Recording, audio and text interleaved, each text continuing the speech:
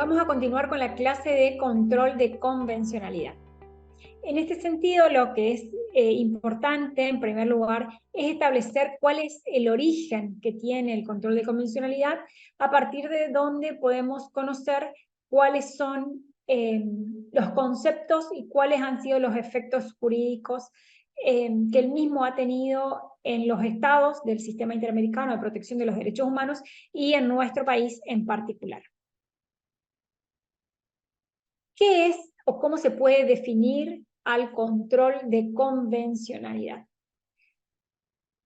Con esta imagen he intentado realizar como un tamiz, que nosotros podamos entender que es como un tamiz o que es como un colador, que va a precisamente permear el derecho y las prácticas jurídicas internas, es decir, los actos o omisiones tanto del Poder Ejecutivo, Legislativo y Judicial, y otros organismos que actúan con aquiescencia del Estado, es decir, que todas estas normas en sentido amplio, todas estas normas internas que son el derecho y las prácticas jurídicas de un Estado, permearlas sobre un tamiz que está compuesto por la Convención Americana de Derechos Humanos, otros instrumentos de derechos humanos, pero no solamente el texto literal, sino la interpretación que de ella hacen los organismos de aplicación y aparte también las normas de ius cogens.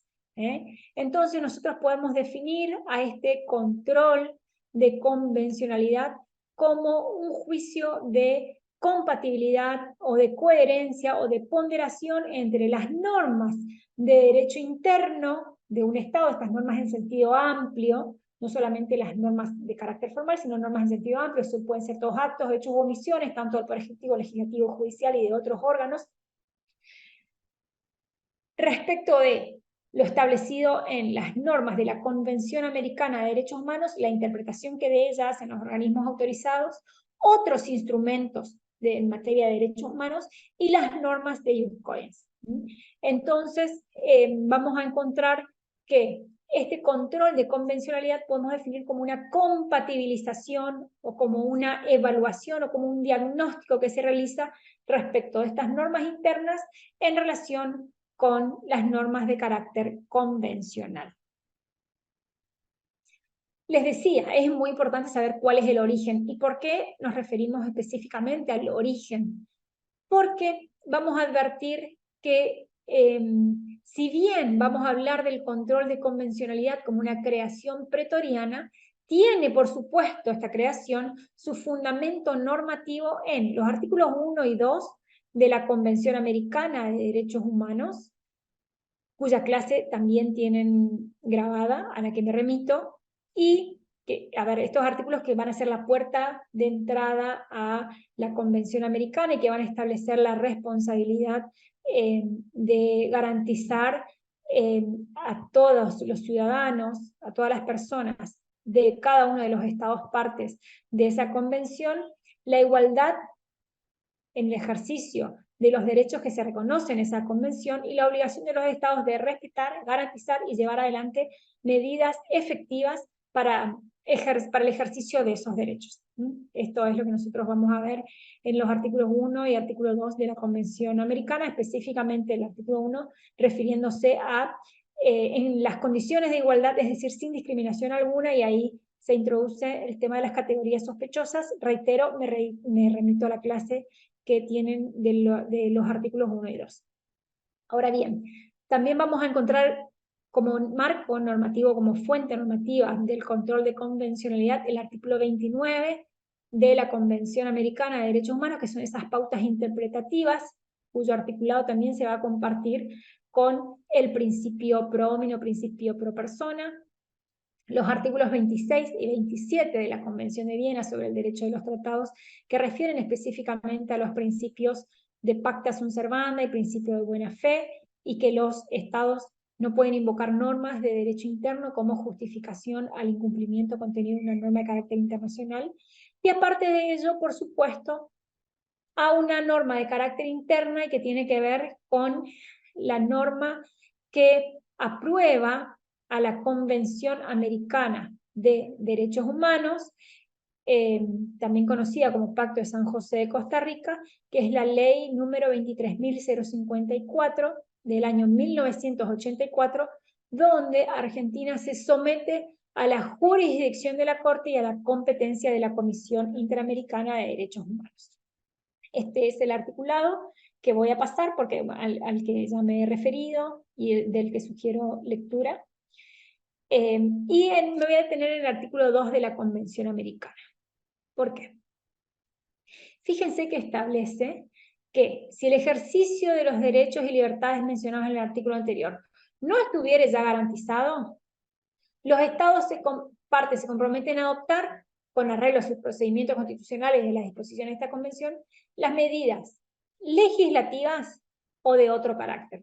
Cuando hace referencia a de otro carácter, es que está señalando específicamente que esas medidas de otro carácter sería la aplicación del control de convencionalidad. ¿Quién lo va a decir eso? Así lo va a interpretar la Corte Interamericana de Derechos Humanos cuando señala que los estados se comprometen al efecto útil de la convención, es decir, a este principio de efectividad. Y el artículo 29 de la convención, al que también haremos referencia cuando desarrollaremos principio pro homine o principio pro persona, que establece las pautas de hermenéutica respecto de la Convención Americana de Derechos Humanos. Es decir, cuál es el modo en el que se deben interpretar las pautas. Y lo va a hacer de carácter negativo, es decir, va a decir cómo no se debe interpretar. No se debe interpretar en el sentido de suprimir el goce y ejercicio de los derechos y libertades, no se debe interpretar en el sentido de limitar el goce y ejercicio de cualquiera de los derechos y libertades que estén reconocidos ya no en la Convención, sino en las leyes de cualquiera de los estados.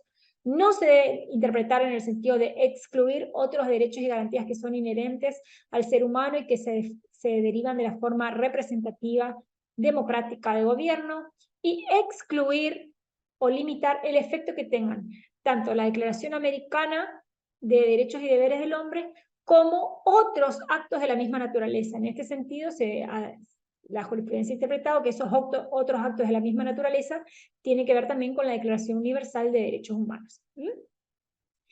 Referíamos a que el marco normativo tiene que ver con el artículo 26 y el artículo 27, que los pactos nacen para ser cumplidos, que son de buena fe, y por supuesto el reiterado hasta el cansancio artículo 27 de la Convención de Viena sobre el derecho de los tratados.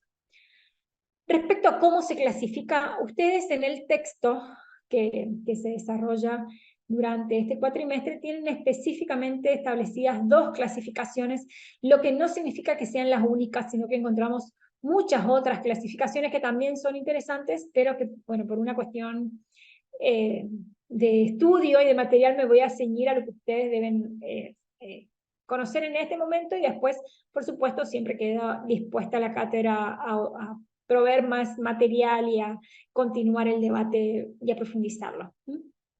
La clasificación, entonces, podemos decir que se clasifica desde el punto de vista de quién lleva adelante el control de convencionalidad. Puede ser clasificado en concreto o en abstracto. En concreto, cuando lo realiza la Corte Interamericana de Derechos Humanos, y en abstracto, cuando no lo realiza la Corte Interamericana de Derechos Humanos. Esto es una definición en carácter negativo, y ahí es la pregunta acerca de quiénes deben llevar adelante este control de convencionalidad, quiénes deben efectuar este control de convencionalidad. Y es acá que vamos a advertir que quienes deben llevar adelante el control de convencionalidad son los jueces, donde los estados tienen el control de constitucionalidad de carácter difuso, los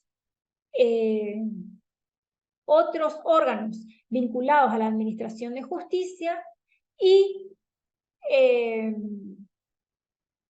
conforme la jurisprudencia del caso Hellman versus Uruguay en la supervisión de sentencia, es decir, en el año 2011 y en el año 2013, el control de convencionalidad por creación pretoriana de la Corte Interamericana se establece que es todo el aparato estatal quien está encargado, todos los órganos del Estado deben llevar adelante este control de convencionalidad. Es decir, que los vamos a clasificar, reitero, al control de convencionalidad en concentrado, porque los lleva adelante la Corte Interamericana, y en abstracto, porque los lleva adelante, en concentrado y en difuso, porque los lleva adelante todos los jueces de todas las instancias, de todos los fueros, y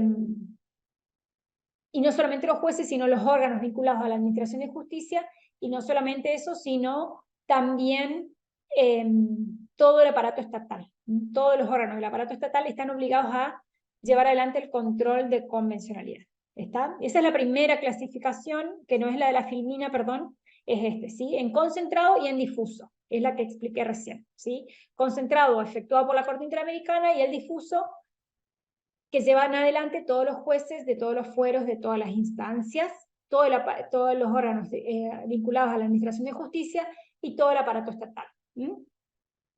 Ahora, ¿desde cuándo se lleva adelante el concentrado? Desde sus inicios. ¿Desde el inicio de qué? Desde que la Corte Interamericana ha comenzado o ha desarrollado sus primeras funciones, porque precisamente esa es la función que tiene la Corte Interamericana, evaluar o cotejar las normas de derecho interno, normas en carácter general, es decir, las normas, las prácticas, los actos, hechos o omisiones de los estados, tanto el Poder Ejecutivo, Legislativo y Judicial, y compararlas con la Convención Americana, la interpretación que de ella hacen los organismos de aplicación, que en este caso sería la misma Corte Interamericana, y por supuesto las normas de ius cogens y otros tratados de derecho internacional. Entonces va a ser este cotejo o esta comparación entre las normas de derecho interno y las normas de derecho internacional, determinando que si una norma es contraria a la convención o a su interpretación, es de carácter inconvencional. Este es un término adjudicado a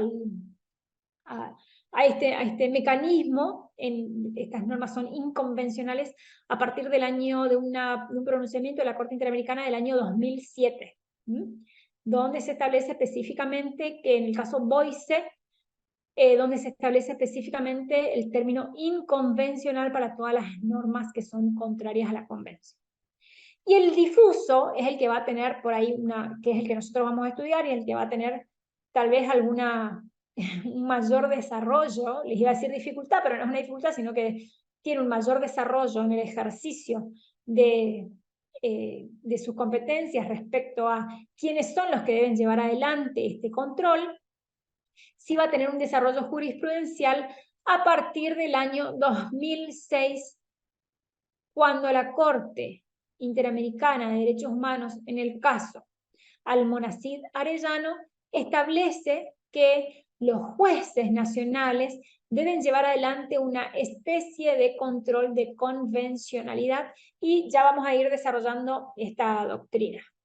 Ahora, para la clasificación que les había mostrado antes, también se puede, les decía, también puede el control de convencionalidad clasificarse en concreto y en abstracto. En concreto, cuando ya ocurre la vulneración en un caso determinado, y en abstracto cuando todavía no se ha aplicado cuando no se ha aplicado la legislación que sería contraria, un acto o un hecho o una omisión que todavía no es contrario a la convención, que si bien es contrario todavía no es aplicado en concreto. Fíjense ahí, dice concreto efectuado cuando ya ocurrió la vulneración, y abstracto a efectuar en una norma que aún no ha generado las consecuencias, les iba a decir que todavía no se ha aplicado. Entonces tenemos, y esto reitero por si recién les dije mal porque estaba leyendo, no presté atención a la filmina, tenemos en concreto y en abstracto de acuerdo al momento en el que se efectúa la lesión, en este caso a un derecho. ¿Sí? Si ya se ha efectuado, el control va a ser concreto, y si no se ha efectuado, será abstracto. Recuerden que acá hay diferencias con el control de constitucionalidad, a donde no ingresaré por una cuestión de tiempo, pero si ustedes hacen esta diferencia, ustedes recuerden que el control de constitucionalidad no puede ser efectuado en abstracto, sino en un caso. ¿Sí? Y respecto a la segunda clasificación, en concentrado y en difuso. Concentrado, esto es respecto a quién realiza.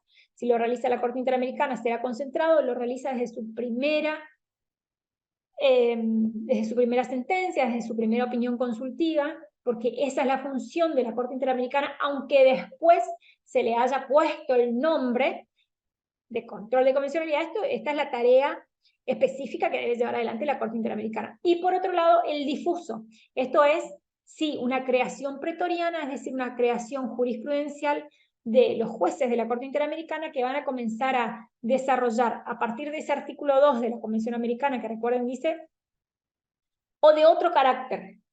Y entonces la Corte Interamericana entiende que los jueces nacionales se van a convertir en jueces interamericanos aplicando este control de convencionalidad. ¿Haciendo qué? Y acá les traigo otra clasificación que no, ustedes no la tienen en el material, pero que me parece interesante, que tiene que ver con el control de convencionalidad, que puede ser represivo o que puede ser constructivo.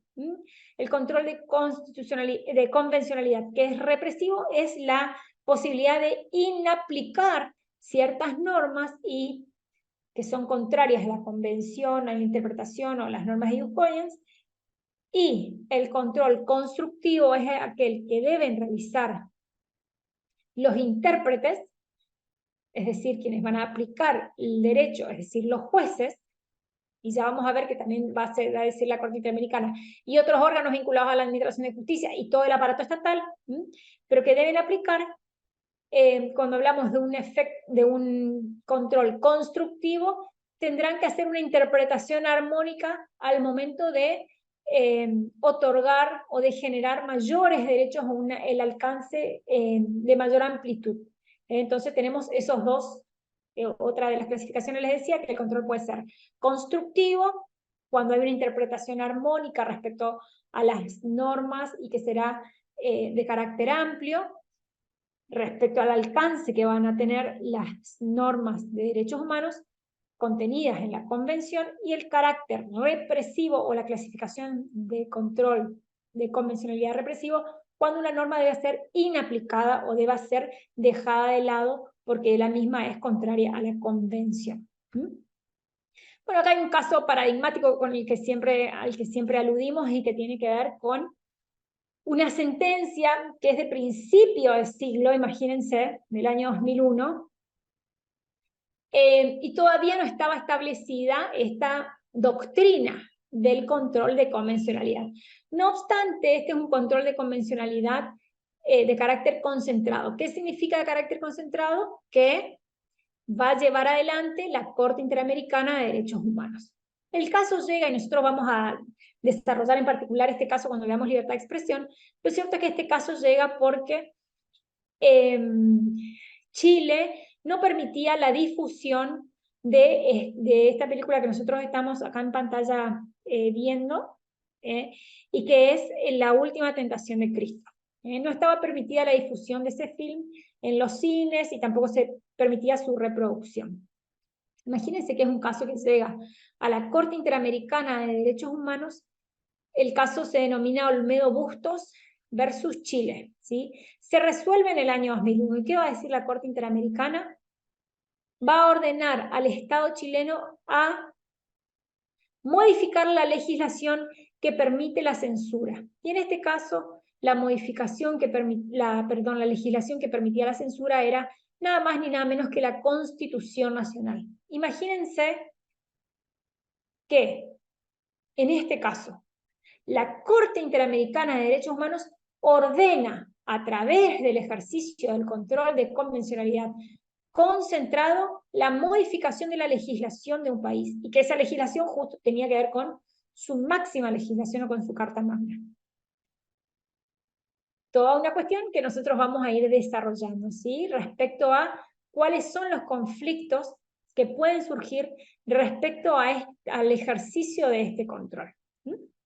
Y es un tema que nosotros, la cuestión de fondo y todo lo que tiene que ver con libertad de expresión, lo vamos a ver específicamente en las próximas clases. Ahora, pensemos que cuando hablamos de control de convencionalidad difuso, decíamos que si bien hablamos de la compatibilidad que debe haber, o es del ejercicio de la compatibilización entre las normas de derecho interno, en sentido amplio, y las normas de del sistema interamericano en sentido general y la interpretación que de ella hacen los organismos autorizados y las normas de UPOINS, vamos a encontrar algunas características específicas. Es decir, ¿quiénes son los destinatarios? Los destinatarios del control de convencionalidad son todos los jueces de todos los fueros, de todas las instancias, vinculados a la administración de justicia y aparte todos los órganos del aparato estatal.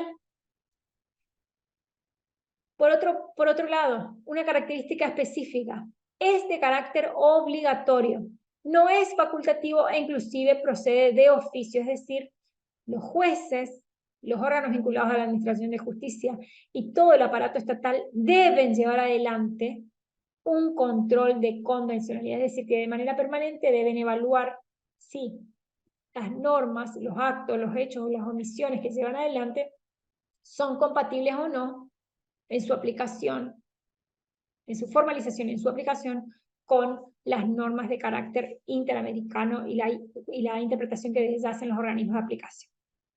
¿Cuál es el material controlado o sometido a control? Es decir, ¿sobre qué se va a poner la lupa? Sobre toda norma, acto jurídico o omisión de un Estado que va a quedar sujeto a la interpretación convencional sin importar la materia ni la jerarquía interna de la norma. Fíjense, ni la jerarquía interna de la norma. No importa si es la Constitución o es una ordenanza municipal.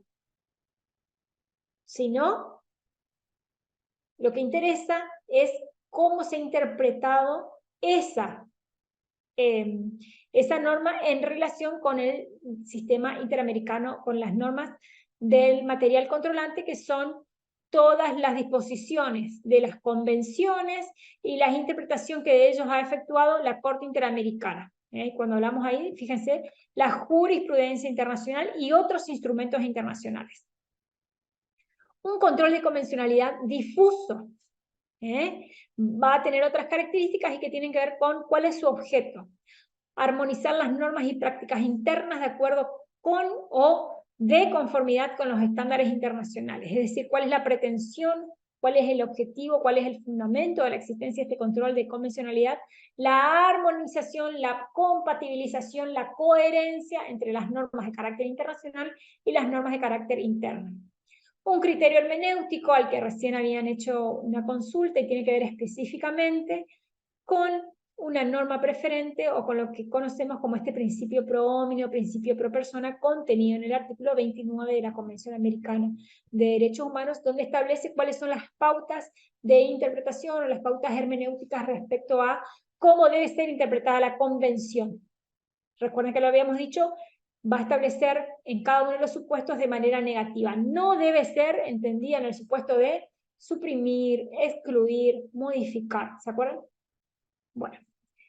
Otra de las características tiene que ver con que es un presupuesto insoslayable. Toda interpretación debe efectuarse teniendo en miras o de conformidad con los principios de universalidad, interdependencia, indivisibilidad y progresividad que caracterizan a los derechos humanos, ¿sí? Sí o sí teniendo en cuenta estas características específicas que nosotros hemos desarrollado en las primeras clases. Otra de las características, el diálogo jurisprudencial al que hacíamos referencia. ¿Qué pasa cuando la Corte Suprema de Justicia de la Nación y la Corte Interamericana de Derechos Humanos tienen posiciones que podrían denominarse encontradas y comienzan a desarrollar entre ellas un diálogo jurisprudencial? Por eso hablamos de una retroalimentación en el ejercicio, por supuesto, de la soberanía, y acá ingresa lo que nosotros conocemos como el margen de apreciación nacional, que es un núcleo duro, básico, mínimo, inalterable e innegociable, común para todos, que tiene que ver específicamente con el control de convencionalidad, con lo que no se puede negociar, con lo que nosotros denominamos como orden público de derechos humanos, que es el piso mínimo, las garantías básicas, y después sí, hay otro que es un poco más flexible y maleable, que va a admitir algunas modalidades de extensión, de aplicación, teniendo en cuenta cuáles son las limitaciones, cuáles son las circunstancias, cuáles son las posibilidades, cuáles son las características propias de cada uno de los estados, su idiosincrasia, su experiencia, y permitirá de alguna manera flexibilizar la aplicación. Pero cuando hablamos de este margen de apreciación nacional, recordemos que vamos a advertir sí o sí un piso mínimo, unas garantías por las cuales, debajo de las cuales no puede el control de convencionalidad dejar pasar. Y después habrá otras cuestiones que serán más flexibles y que a partir del ejercicio concreto del control de convencionalidad podrá evaluarse en cada uno de los aspectos. Ahora bien, lo que nosotros vamos a hacer, vamos a ingresar al recorrido de la jurisprudencia de la Corte Interamericana de Derechos Humanos y en particular el control difuso de convencionalidad. Como les decía al inicio de la clase, vamos a encontrar que hay un control de convencionalidad. Respecto a quién lo aplica, un control de convencionalidad concentrado y un control de convencionalidad difuso. Respecto al control de convencionalidad concentrado, en principio no habría ningún tipo de circunstancias que nos hagan repensar acerca de cuál es la función de la Corte Interamericana, ya que eso está establecido de primera mano por la Convención Americana de Derechos Humanos, que crea a la Corte Interamericana y dota de funciones a la Comisión. Ahora, donde sí vamos a encontrar algún tipo de evolución jurisprudencial, y esto es lo que nosotros tenemos que estudiar, es respecto del control de convencionalidad difuso. Y recuerden que cuando hablamos de control de convencionalidad difuso, vamos a establecer específicamente acerca de quiénes son los que deben aplicar, van a ser los jueces, es decir, todos los jueces de todos los fueros de todas las instancias, todos los órganos vinculados a la administración de justicia y todo el aparato estatal. Por eso hablamos de un control difuso de convencionalidad. Lo que nosotros vamos a estudiar acá es cómo llegamos a decir esto, que todos los jueces de todos los fueros de todas las instancias, que todos los órganos vinculados a la administración de justicia, que todo el aparato estatal deben llevar adelante ex oficio el control de convencionalidad, teniendo en cuenta no solamente la convención, sino la interpretación que de ella hacen los organismos de aplicación, siguiendo en cuenta o teniendo en cuenta el objeto y el fin del tratado para el que ha sido adecuado, de acuerdo a sus arreglos y procedimientos constitucionales pertinentes, teniendo en cuenta la Convención Americana, la interpretación que ellas hacen, e inclusive vamos a ver que no son solamente sobre las sentencias de la sobre la interpretación de la Corte Interamericana que hacen las sentencias, sino también de las opiniones consultivas.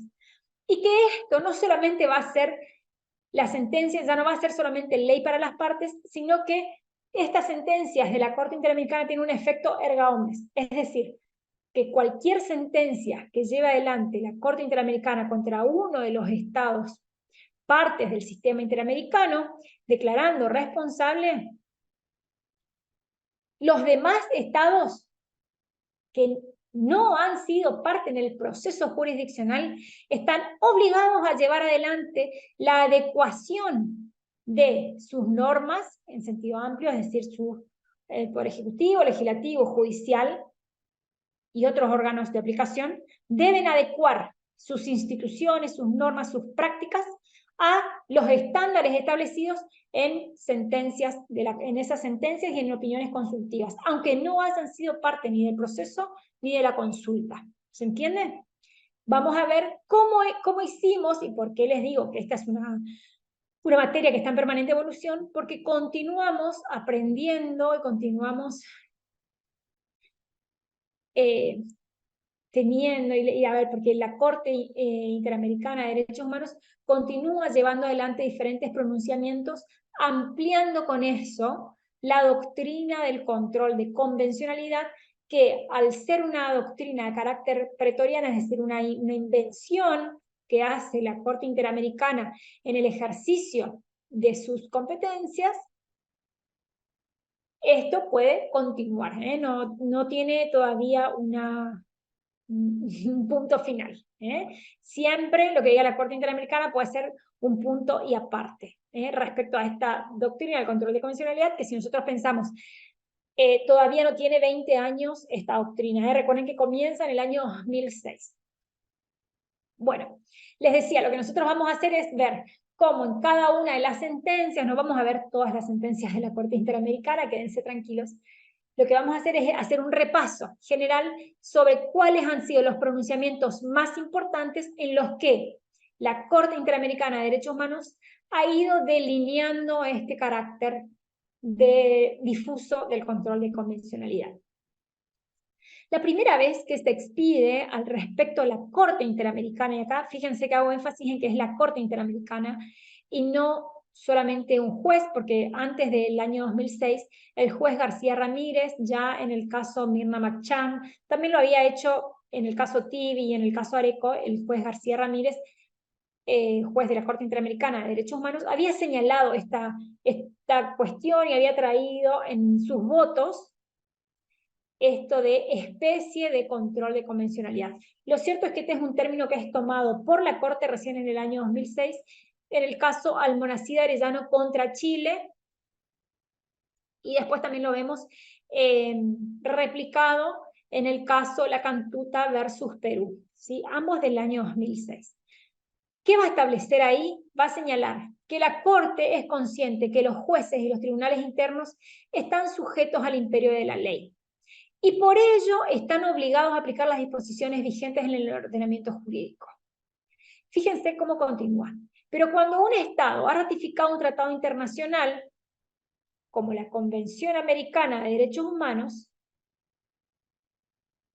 sus jueces, como parte del aparato del Estado, también están sometidos a esa convención, lo que los obliga a velar porque los efectos de las disposiciones de la convención no se vean mermadas por aplicación de leyes que son contrarias a su objeto y fin y que desde un inicio carecen efectos jurídicos. Lo primero que vemos acá entonces es el principio de efectividad. Los efectos de la convención no deben ser mermados por otras leyes. Y dice, en otras palabras, y acá se establece la doctrina del control de convencionalidad por primera vez por la Corte Interamericana de Derechos Humanos, el Poder Judicial debe ejercer una especie.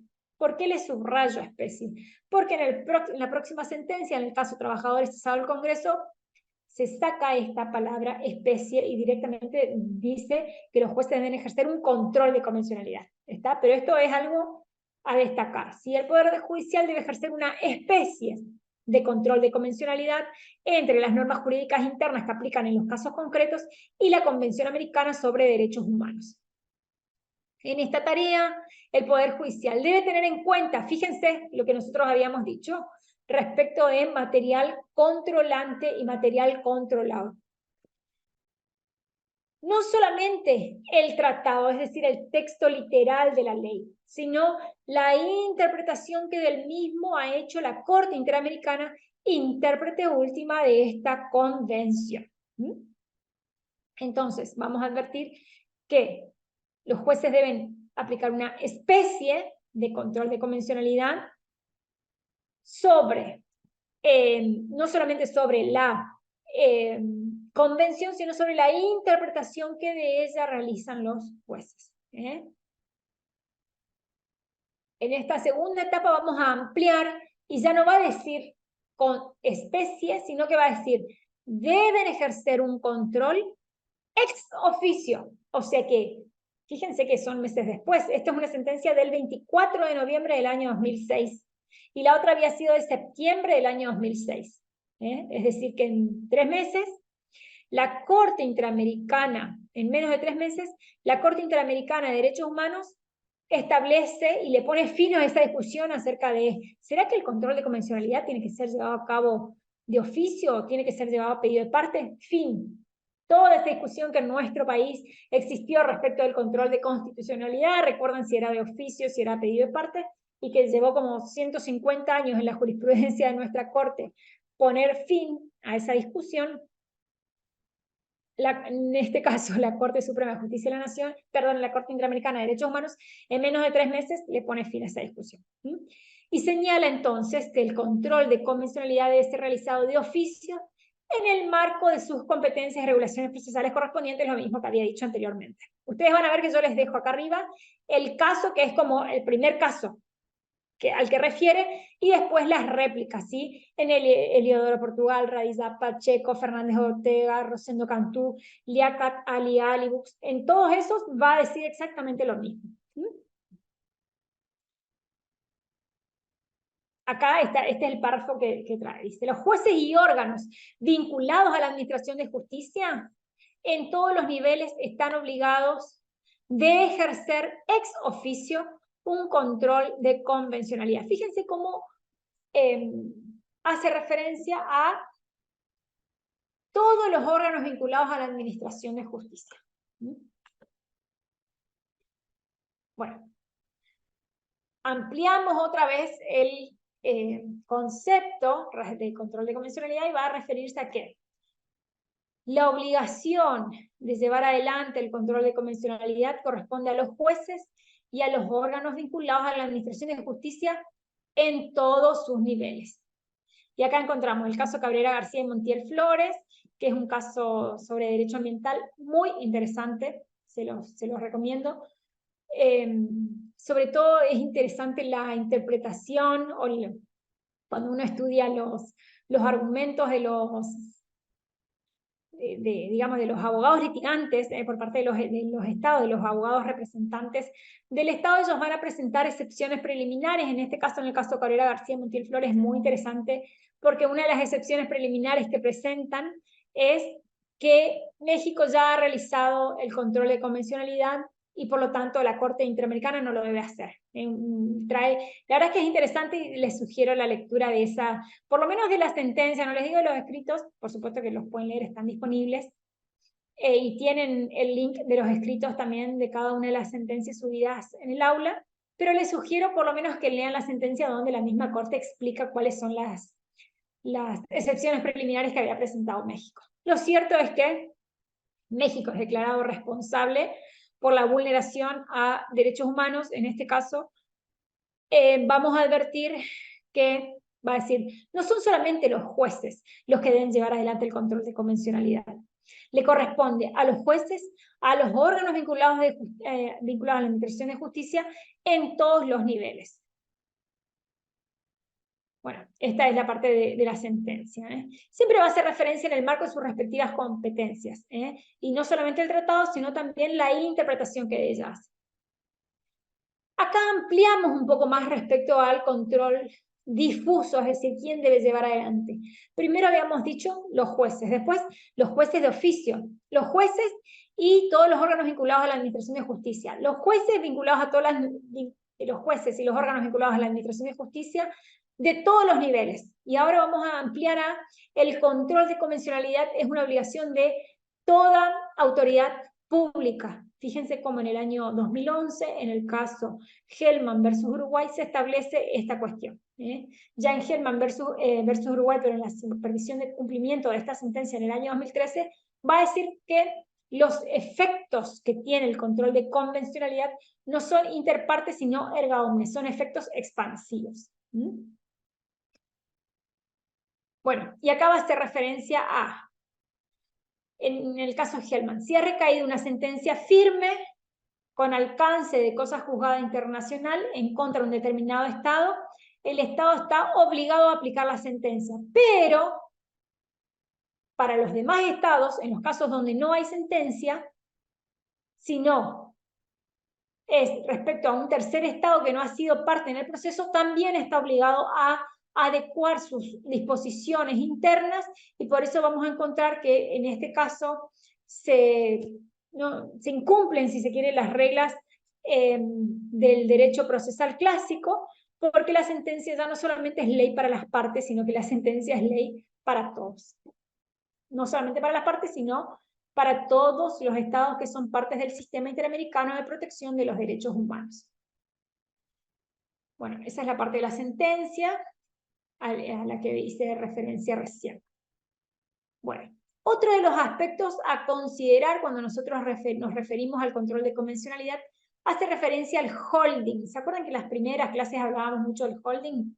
El holding de las sentencias es de carácter obligatorio para todos los estados. Por supuesto que la cuestión resolutoria no lo será para todos los estados, ¿no? Eso va de suyo.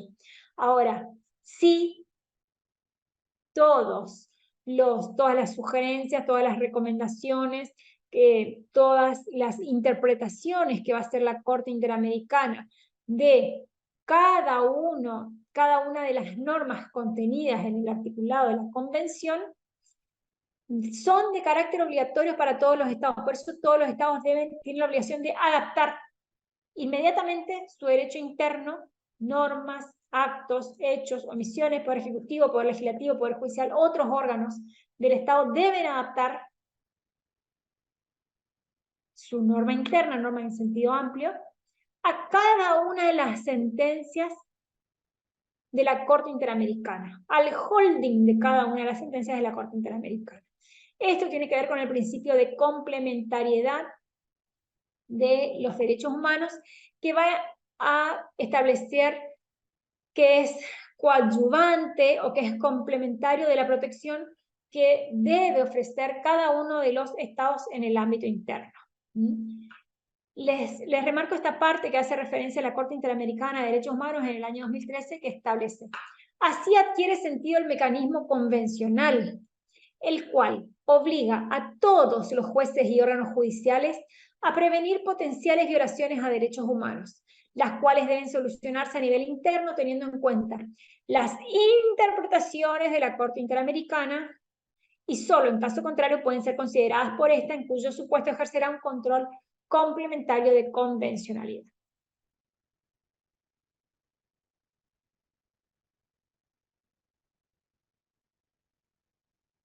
Se extiende a otros tratados de derechos humanos.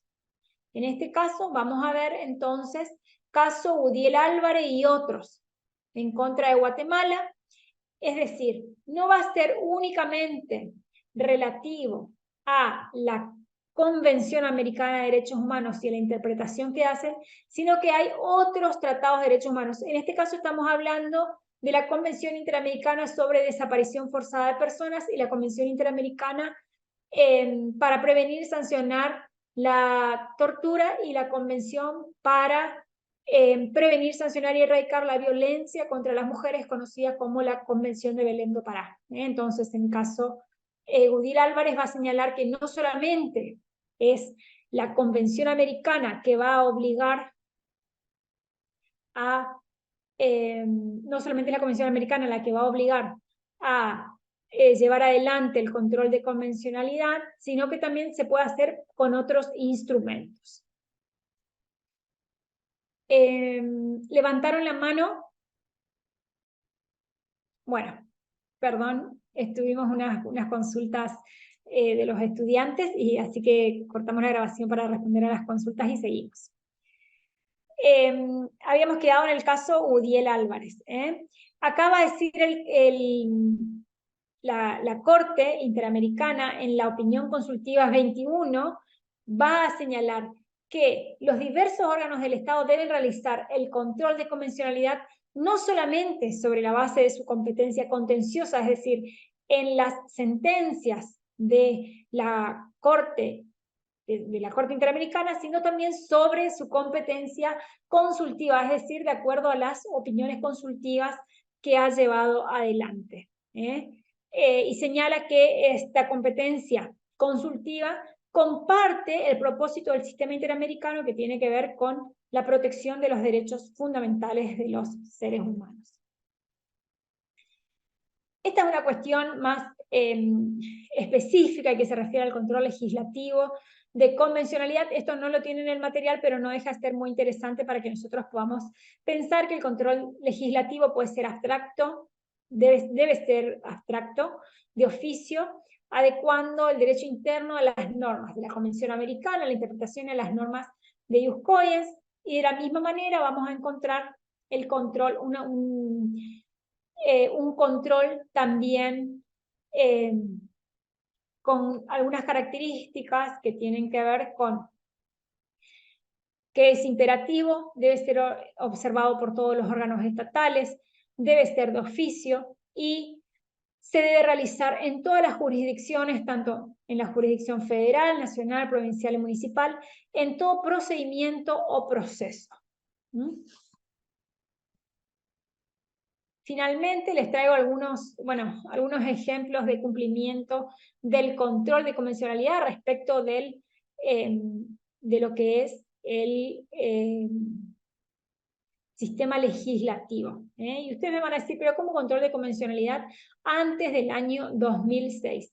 Precisamente ustedes recuerden que ya desde el año 1984 está en vigencia en nuestro país la Convención Americana de Derechos Humanos, por lo que ya, por supuesto, se ha ido adaptando al derecho interno algunas cuestiones relativas al derecho internacional. Ahora bien, una vez que nosotros hemos desarrollado cuál es el control de convencionalidad, nos queda la pregunta abierta acerca de en el ejercicio de este control de convencionalidad, ¿cuál es el deber concreto que tienen los jueces? ¿Deben aplicar irremediablemente las sentencias en las que un Estado es parte? ¿O por el contrario, en este caso la Corte Suprema de Justicia de la Nación puede tener algunos reparos o podría en algún caso tener otras consideraciones acerca de el modo de llevar adelante el control de convencionalidad, precisamente teniendo en cuenta el margen de apreciación nacional y el carácter soberano del Estado argentino. Estas son algunas de las respuestas que nosotros vamos a abordar, algunas de las preguntas cuyas respuestas vamos a abordar en la clase del valor de la jurisprudencia interamericana para nuestra Corte Suprema de Justicia de la Nación.